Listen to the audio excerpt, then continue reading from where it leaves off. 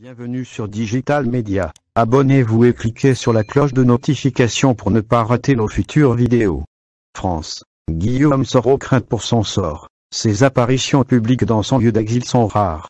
À part ses conférences de presse avec les journalistes du milieu parisien, Guillaume Soro se hasarde rarement dans les rues.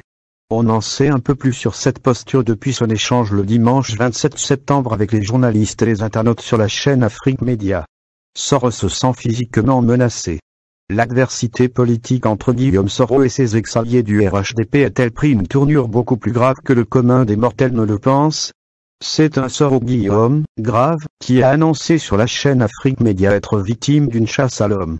Lamine Austère, le président de GPS, Générations et Peuples Solidaires, a révélé que le pouvoir RHDP, qu'il combat désormais de toutes ses forces après avoir été l'un de ses pontes, a tenté de l'assassiner à plusieurs reprises. Deux personnalités de premier plan sont accusées par Soro de vouloir l'humilier et surtout l'éliminer physiquement. Le chef de l'État Alassane Ouattara et le Premier ministre et ministre de la Défense Aimé Bakayoko. Selon Guillaume Soro, Alassane Ouattara a tenté de détourner son avion qui a failli s'écraser sur un aéroport espagnol.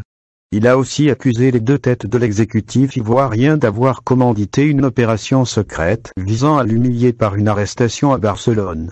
Mais l'accusation la plus grave concernant son intégrité physique est plus directe et témoigne de l'inimitié qui existe entre les alliés d'hier. Après cela, on m'a envoyé des barbouzes pour tenter de me repérer en Europe et m'éliminer, a accusé Soro qui s'est voulu catégorique.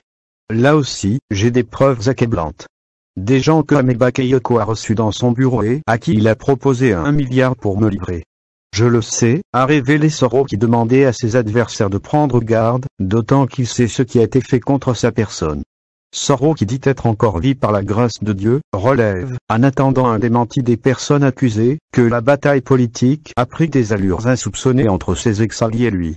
Pour qui connaît le passé de l'ex-chef de l'ex-rébellion ivoirienne, il n'est pas exclu que tout en prenant ses gardes, il puisse faire sien l'adage qui dit que la meilleure défense, c'est l'attaque.